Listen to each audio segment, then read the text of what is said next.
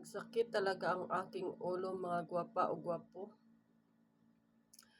Na kana bitaw maghuna-huna ka sa imong trabaho nga dili gusto nimo nga mahuman dayon, pero dugay kaayo ka makalihok kay syempre ang bana sa kong amo naa sa sala magsige tanaw TV. Unya anang gabi dili sila mga tulog kay adlaw at nga gabi hantod magbuntag naara sa sala. Diyos ko, dili mahuman-human ang akong trabaho.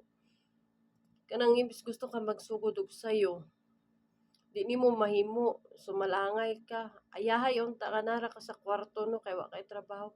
Pero dili para sa ko dili ayahay kay ngano ang akong utok nagtuyok sa trabaho sa balay. Gusto ko nga mahuman dayon ang trabaho pero unsaon pagkahuman. Maghulat ko, manghinuktok ko maghulat kung kanus makahawa na di matulog.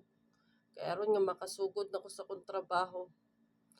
Kay paita, sakit akong ulo. Kada bang gusto ta nga mahuman ang trabaho niya mag-relax. Dili na ta magunahon nga napatay lihukonon ba. Hindi na ba ko ganahan na magtrabaho nga naay mga tao sa sala magsigi og lakaw-lakaw. Kay parehas na iyang bana, maupay magtulog na aron ang mga bata makamata naman pud na unya. Nya maglataw-latagaw diya sa sala na di ko ganahan maglihok. Anang naay mga tao diya. Gusto na ko na mulihok ko kanang pagmata nila human na bitaw kong trabaho or wala na ko anon. Ay, di lalim narbaho no. Labi na kung ang imong utok permit trabaho. Mara gyud na lihok diri. Paita.